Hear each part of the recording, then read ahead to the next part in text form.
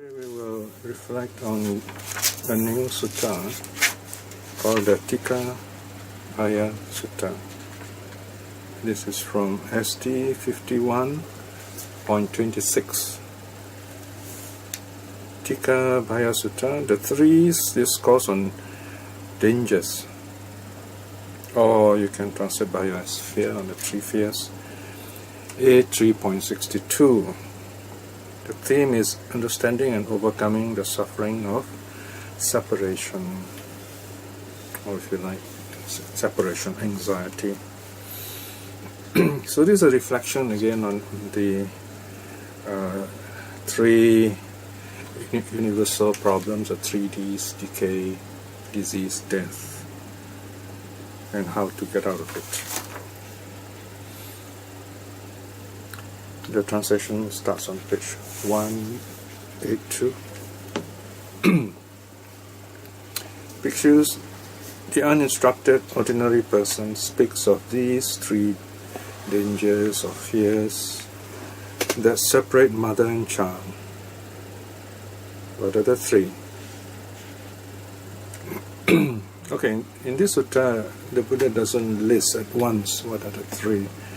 Straight away it starts with number one, and then it goes through all of it, and number two, and all of it, and so on. So it's very rare that the Buddha would do this. This is one of those suttas where he goes straight into the subject.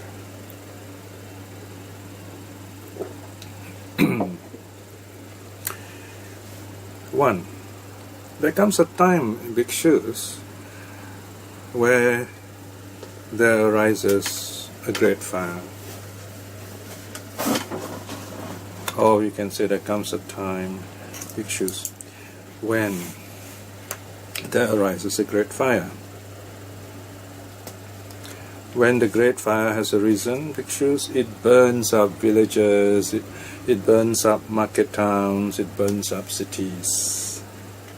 When the villages are burning, when the market towns are burning, when the cities are burning, therein a mother finds not her child, and a child finds not her mother. So, parent and children are separated here. This bhikshus is the first danger that separates mother and child, that the uninstructed ordinary person speaks of. Of course, here, this is only one example where people get separated. You find in the recent great fire in California, the forest fire, this is the worst in decades. Hundreds of people died this time. So you can imagine, it's not merely a separation; it's a permanent kind of loss, and the conflagration is so bad. I mean, you can see the whole range. The rolling hills all ablaze, and it's a reflection on like the way the suttas speak of how the earth is going to end. So this is the first kind of warning that the Buddha gives us. First, there could be this great fire, and the Buddha does not exactly tell us what kind of fire this is. Of course, when you just read it like that, it can just mean a normal, just a fire. Of course, if a fire starts in an Indian village in the Buddha's time, it can easily spread because the houses are made of wood. We can also see this great fire as some kind of universal catastrophe. Of course, then there's not much to talk about after that. So I think it's kind of more fitting if we see this great fire as simply a fire that is raging through the village, human created. So parent and child, mother and child get separated. Number two, furthermore, bhikshus, there comes a time when a great rain cloud arises. This is the usual language of the sutta. The great rain cloud arises, in other words, this great rainfall. When the great rain cloud has arisen bhikshus, a mighty flowing flood occurs. When the mighty flowing flood has occurred, villages are washed away, market towns are washed away, cities are washed away. When the villages are washed away, market towns are washed away, cities are washed away, therein a mother finds not a child, and a child finds not his mother. This bhikshus is the second danger, or second fear, that separates mother and child, that the uninstructed ordinary person speaks of. So here the Buddha is talking about how the world sees the dangers that befalls it. And the third danger. Furthermore, bhikshus, there comes a time when there is the danger of raids by tribesmen, by savage tribesmen, and people mounted on their carts flee the country. What are these raids by tribesmen? Of course, in the context of India of the Buddhist time or before the Buddhist time, you have this white-skinned Aryans have invaded, have come in from to the Northwest Passage, and they became the dominant culture. And then you have the dark-skinned autochthonous people, the locals. So, especially in the borderlands, sometimes you find they might kind of attack the villages and so on. That's one way of understanding it. In our own times too, the term tribesman makes good sense, because we have religions today that actually extol the idea of a tribe. So to them, their religious community is a tribe. So either you are in with us or you are out and you are against us. And those religions that think in this way of an inclusive, or rather an exclusive tribe, in other words, if you are not with us, you are against us, they can be fierce, they can be savage, literally, because some of them may kill others in a mass attempt, even a kind of a suicide attempt at mass killing. For example, many years ago, these religious fanatics, they hijacked a plane and they flew the plane into a tall building in New York, and the whole building collapsed after that. So those are really savage acts. So here the Buddha basically is saying, well, it is very fierce, very savage people attack, and in this case, the villagers, people from the market towns and the cities will have to flee, they have to run away. 3.2. Now, bhikshus, when there is the danger of raids by savage tribesmen and people mounted on their carts flee the country, therein a mother finds not a child, and a child finds not a mother. This bhikshus is the third danger that separates mother and child, that the uninstructed, ordinary person speaks of. These bhikshus are the three dangers that separate mother and child, that the uninstructed, ordinary wielding speaks of.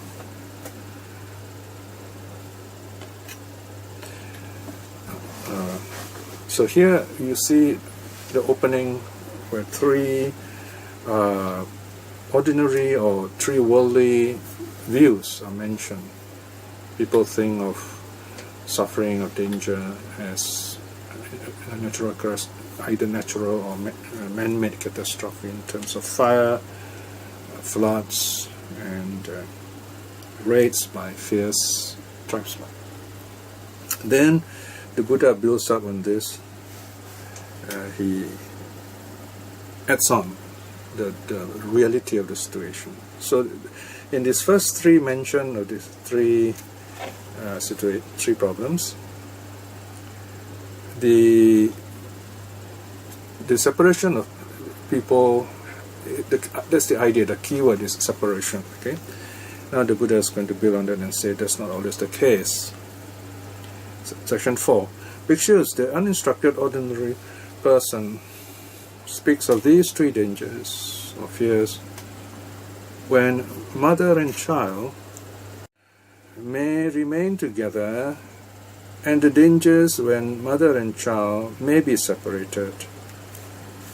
Okay, so here basically the Buddha is saying it's not always that in the case where there's a fire, there's a big fire, there's a big flood, or attacks by savage tribesmen, that parent and child get separated, or generally speaking people get separated. Sometimes they may, sometimes they may not get separated. Right, so the Buddha goes on to explain in detail. 1. There comes a time, bhikshus, when there arises a great fire.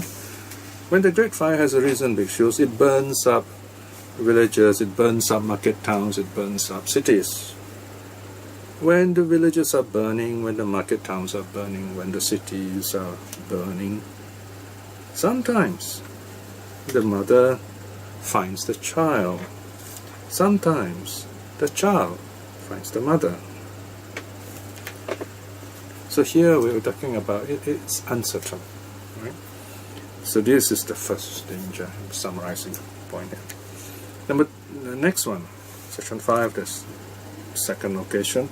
Here there is this great flood because of heavy rain. So here again the floods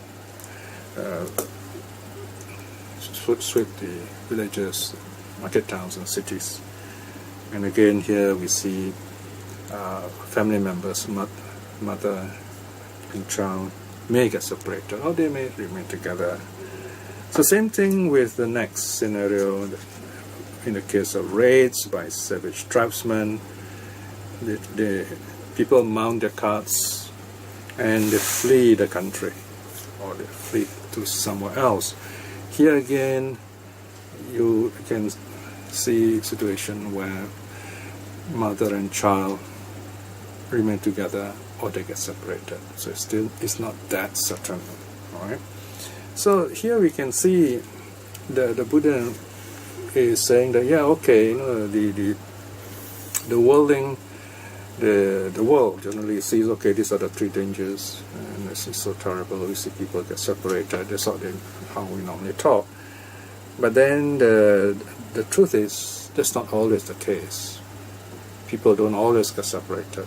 There are some who are safe, some are not present there, they're elsewhere, and so on and so forth. So there are many possibilities in other words. So the Buddha is saying, while it is true, these three disasters we see in the world can separate people, there are also situations when it's not so bad. So the Buddha is building up this momentum to something. He's going to tell us something really serious, something which outdoes all the other dangers that we have been talking about. So we come to that now, about real separation. So previously the section is about possible separation. Section 7. Bhikshus, that there are these three dangers that separate mother and child. What are the three? The danger of decay, of old age, the danger of disease, the danger of death. So here we see the Buddha giving his message. Now here, although mother and child are mentioned, we of course understand that it can broadly apply to any kind of situation where people get separated. Mother and child are highlighted because their bonds, the bond is very strong between mother and child. So basically we're saying is the people we care for, we get separated from them. So this is, in rhetoric, we call this a synecdoche, where we use a small idea to represent a big one. Alright, so the Buddha goes on to give the three examples again. 7.2, the first example. Bhikshus, when a child is growing old, a mother will not get her wish. Thus, let me age, let my child not age. Bhikshus, when a mother is aging, a child will not get his wish. Thus, let me age, let my mother not age. So here we see a loving mother seeing the child growing up, and the mother thinks, oh, I don't want this child to grow old, to grow big, then it will go away, it will disobey me, and so on and so forth. So the mother thinks, isn't it wonderful if this child, it's like Peter Pan, it's all the time like that. Let me age, let the child not age. That's not possible, right? Everyone kind of ages together. And again, you have the other scenario, the other situation where the child is growing up and the child looks at the mother and the child loves the mother and says, oh, how wonderful if my mother doesn't grow old. The child begins to notice the mother growing old, becoming infirm and so on. Again, you can't have that kind of situation. Of course, there are stories where you find someone takes an oath, or someone beg the gods to do something for them, and in those stories the gods have the power of life and death, it seems. Or in the Faust myth in the West, you find people or humans make a pact with the devil, so they say, okay, I want life, I want eternal life, or something like that. So that's not possible, the Buddha says. In stories maybe, but in real life that does not happen. Okay, then we have scenario number 2 in section 7.3. Bhikshus, when a child is ill, a mother will not get her wish. Thus, let me fall ill, let my child not fall ill. Okay, let me be sick, let my child not be sick. You can't, right? If you're sick, you're sick. Then you have the other way around. Bhikshus, when a mother is ill, a child will not get his wish. Thus, let me fall ill, let not my mother fall ill. Right? So if you are sick, you will suffer yourself. Of course, others do suffer, but in a different way. They suffer mentally. Scenario 3, 7.4. Bhikshus, when a child is dying, a mother will not get a wish. Thus, let me die, let my child not die. So here again you find you can't really prevent death. You can perhaps, for a while, but then it will come somehow. Bhikshus, when the mother is dying, a child will not get his wish. Thus, let me die, let my mother not die. So here you see this mirror arrangement. Both these two people or two groups of people, they kind of have the wishes kind of switched around. So if you grow up by yourself. When you grow old by yourself. When you die alone. Right, so these are the dangers. The Buddha has given his message. Then comes the conclusion. Bhikshus, there is a path, a way to the abandoning, the overcoming of these 3 dangers, when mother and father may remain together, and the 3 dangers when mother and child may be separated. And what, Bhikshus, is this path? Right, so shorten the repetitions here. So here the Buddha says you can get out of this situation where there are dangers. Sometimes people get separated, sometimes don't get separated. What is this path? It is this very noble Eightfold Path. That is to say, right view, right intention, right speech, right action, right livelihood, right effort, right mindfulness, right samadhi. These Bhikshus is the way. So here the Buddha is putting another way, saying if you want to get out of this kind of suffering, you have to practice the path. You practice moral training, mental training, and insight wisdom. When we understand the nature of life, then on a simple level, because of our connection and loving kindness, we will still be together in future lives. That is still a worldly kind of situation. Then on a higher level, when we attain nirvana, in a manner of speaking, we all attain the same nirvana. So in that sense, we are together. But of course, in the final analysis, there is no we to be together here. It's just nirvana. So in that sense, we don't have to worry about all these kind of worldly problems anymore, so to speak. There is this true peace. Of course, these are things which need some thoughts and reflection. It's a reflection on impermanence. Meantime, while we reflect on the path, we should understand, by constantly reflecting on impermanence, that there is always the danger of decay, old age. It is a mark of impermanence. There's always the danger of disease, sickness. That's always the case of death. So these are the three manifestations of impermanence. Knowing that this will happen, we should take care. We should take care of ourselves. We should show concern and love for people who are important to us, for people generally, especially good people. We should ensure that they are healthy and that they live a long, healthy life as long as possible, so that we can be with them, they can be with us in this happy way. This message is serious because the sad thing about affluent society is that because we have lots of money, we value people less. We see our elders and parents as a burden, as a nuisance, in fact. So, and if you're having a difficult marriage in the sense that a very demanding spouse, then you're totally to cut off from your parents, and they are left all alone. Of course, some may be, in a sense, fortunate enough to be put in an old folks' home where they can be quite lonely.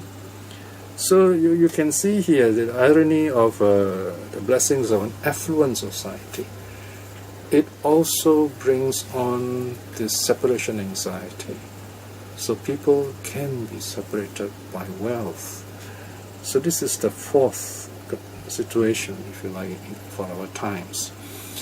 So reflecting in this way, we must remember that what we do to our parents will also happen to us. So I'll close it with a short, poignant story where there is this family.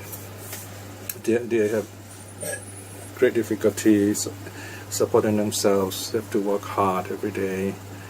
So the old father takes care of the child, and his son and wife and family goes out, works on the field and so on. Then after a while, they realize, they say, oh, this old man is a burden. He's not really doing much, and we've got to support him, we've got to feed him.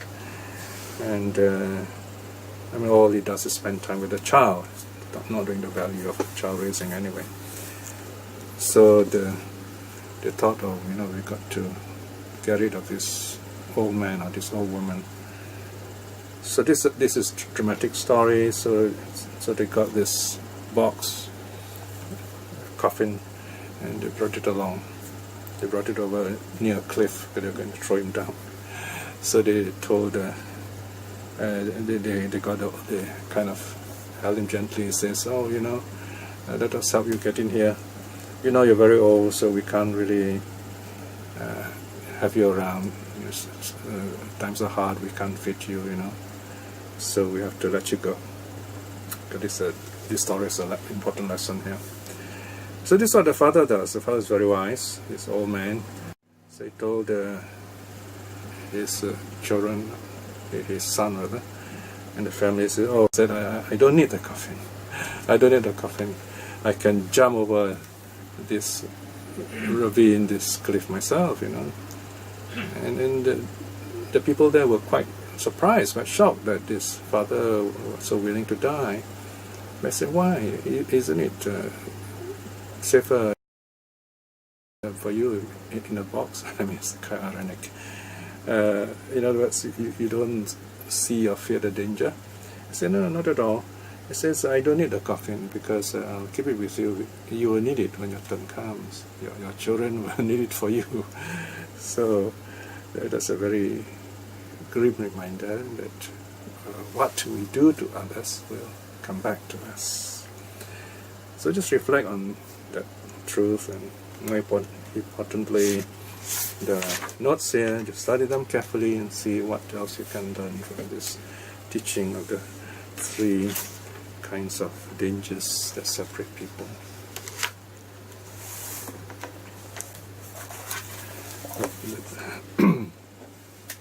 Well, having reflected on this sutta, let us be reminded of the three 3Ds or three universal realities that's always with us: decay, disease, death. There may be other natural disasters or even man-made disasters, but these three are even more grim, more real. This is a reflection on impermanence, on true reality. By this truth and by the goodness of the three jewels, may we be well and happy and blessed with wisdom and courage to aspire to at least stream winning in this life itself. And may our loved ones be well and happy, our friends, relatives who have been kind to us. May they be well and happy. And also those who are practicing the Dharma, may they in this life itself see the fruition of the path. And those who are lost and teaching the wrong things, may they see the true teaching and return to the path and attain the path in this life itself too. May all beings be well and happy. Sadhu, sadhu, sadhu.